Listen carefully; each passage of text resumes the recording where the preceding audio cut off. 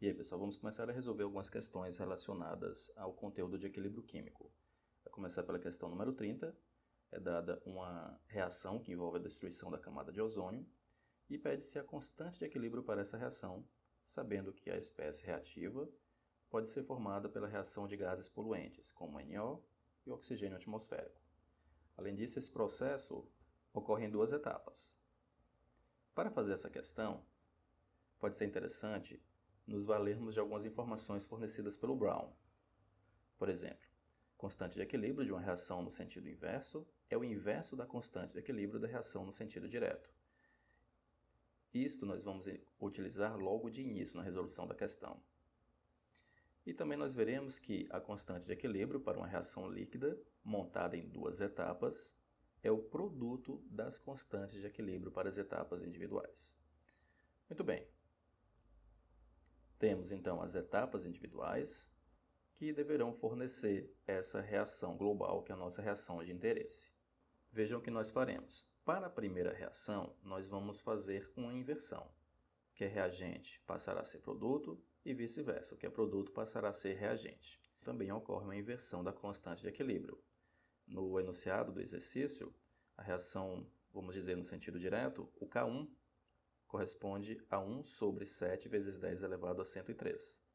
Como nós fizemos esta inversão, então, utilizando lá aquela primeira informação, constante de equilíbrio no sentido inverso é o inverso da constante de equilíbrio da reação no sentido direto. Logo, se nós tínhamos 1, 7 vezes 10 elevado a 103, fazendo a inversão, então o valor que nós vamos trabalhar é simplesmente 7 vezes 10 elevado a 103. Para a segunda equação, a gente não precisa fazer qualquer alteração, mantém-se a constante de equilíbrio. Então, aqui eu chamei de K1' e vamos utilizar o K2. Para a primeira equação, a expressão da constante de equilíbrio é fornecido aqui. Concentração de oxigênio, óxido nítrico, a espécie reativa e o NO2.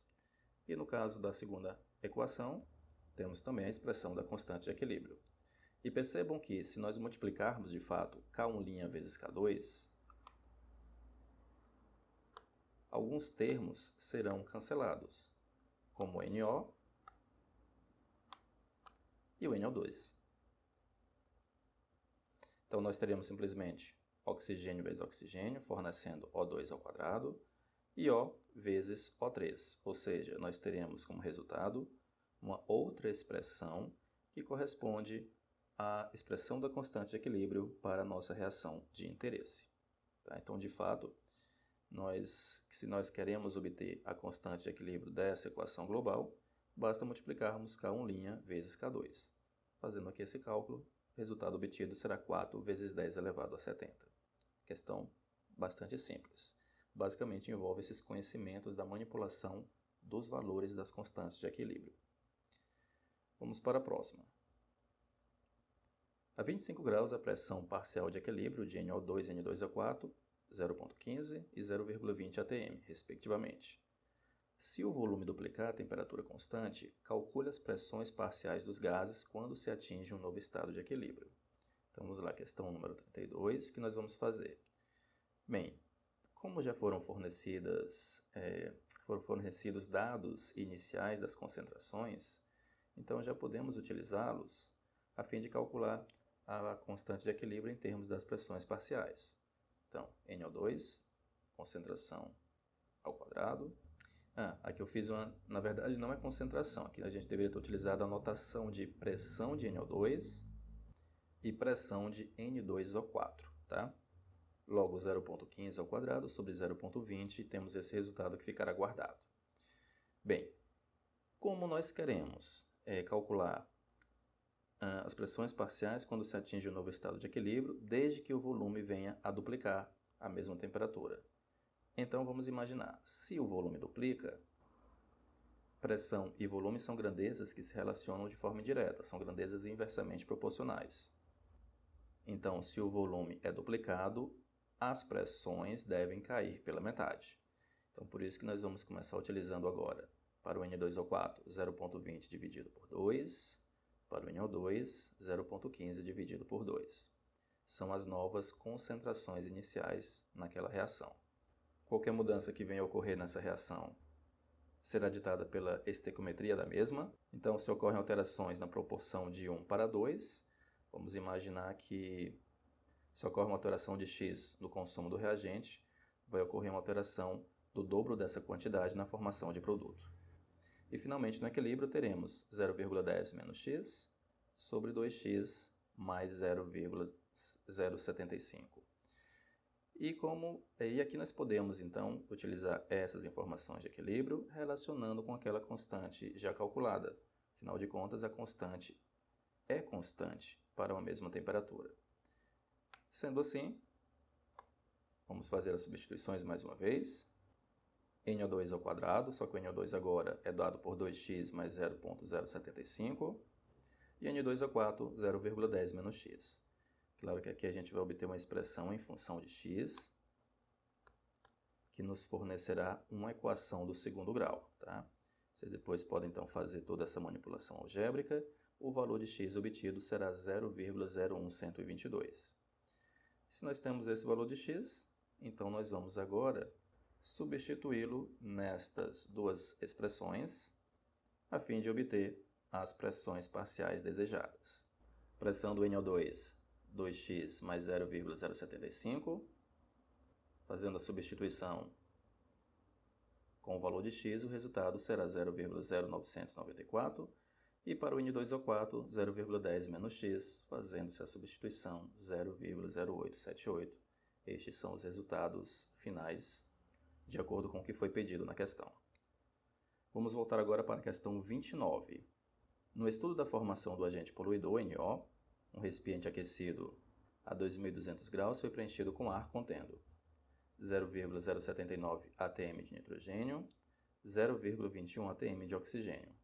Quais as pressões parciais no equilíbrio de todas essas espécies, se Kp é 0,050 nessa mesma reação, nessa temperatura fornecida?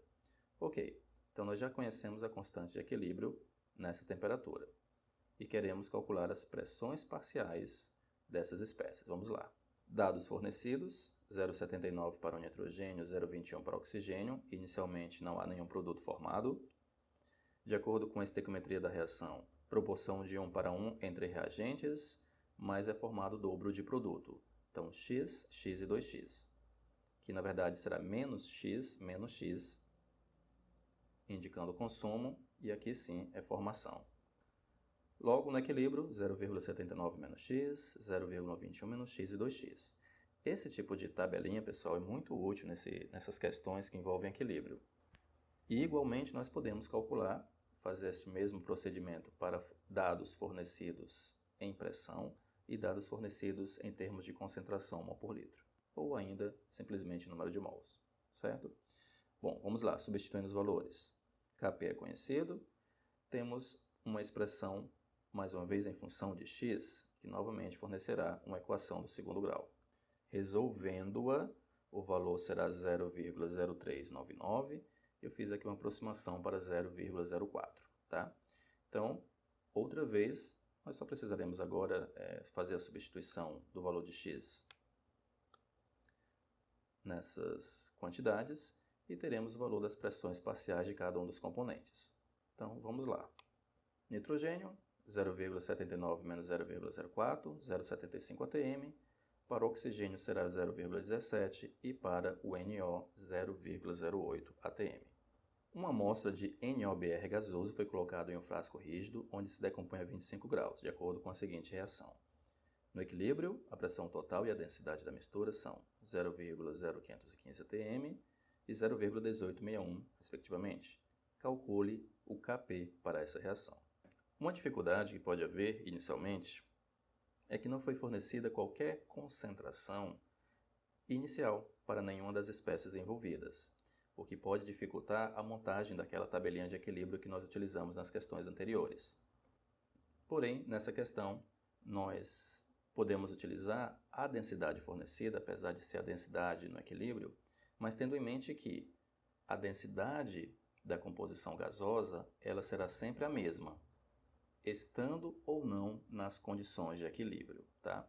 Então, nós poderíamos sim utilizar a densidade do vapor no equilíbrio, que será uma constante, para calcularmos a quantidade de alguma das espécies inicialmente presentes.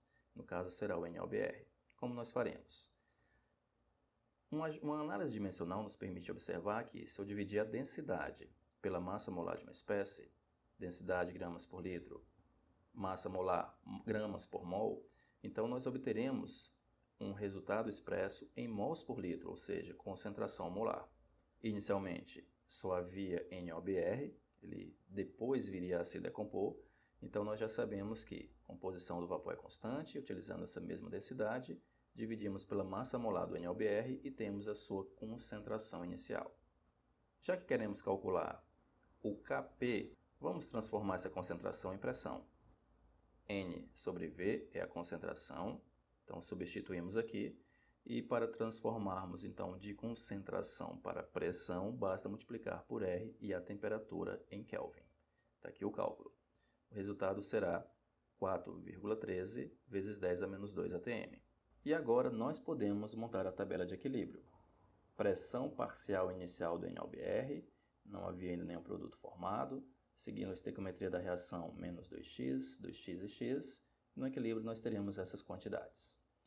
E nós sabemos o seguinte, a pressão total ela é fornecida em termos das pressões parciais, ou melhor, a pressão total pode ser compreendida como a soma das pressões parciais dos componentes presentes. Logo, pressão total, pressão do NOBR, do NO e do BR2. Ou seja, no equilíbrio, NOBR 4,3 vezes 10 a menos 2 menos 2x, do NO 2x e do BR2 é x. E aqui nós teremos, então, cancelamos esses dois termos e ficará, aqui eu já fiz um ajuste. Eu já trouxe o valor numérico para calcular com a pressão total, que também foi fornecida no exercício, a fim de obter o valor de x. De posse do valor de x, outra vez aquela velha substituição, e nós encontraremos as pressões parciais de cada um dos componentes em atm. Entretanto, nós não queremos apenas as suas pressões parciais, queremos o valor de Kp. Portanto, como etapa final, faremos a substituição via expressão de equilíbrio da equação dada. 0,0204 NO ao quadrado, BR 0,0102, e aqui a concentração do NOBR, fazendo-se então os cálculos, o valor da constante será aproximadamente 9,72 vezes 10 a menos 3.